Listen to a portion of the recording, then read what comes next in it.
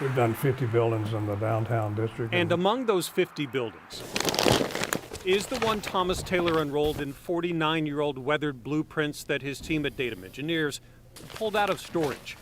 The structural designs for the original Southland Corporation office tower in 1971.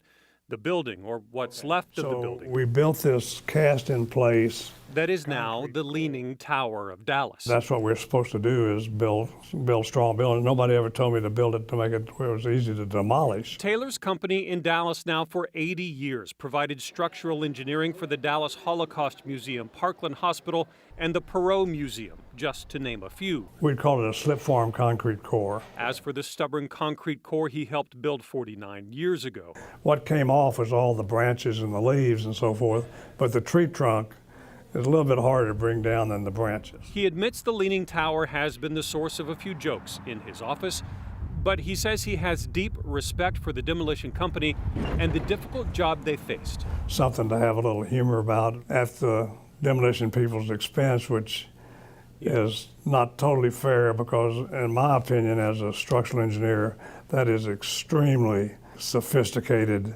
engineering calculations. It could be humorous now because nobody got hurt. Maybe the contractor, the demolition contractor, may have his feel like people are picking on him, but in reality, I think that everybody's having fun. And for a professional engineer, also fun knowing they design very structurally sound buildings. Well, yeah, that's true. With promises to design their next project, just as indestructible too. In Dallas, I'm Kevin Reese.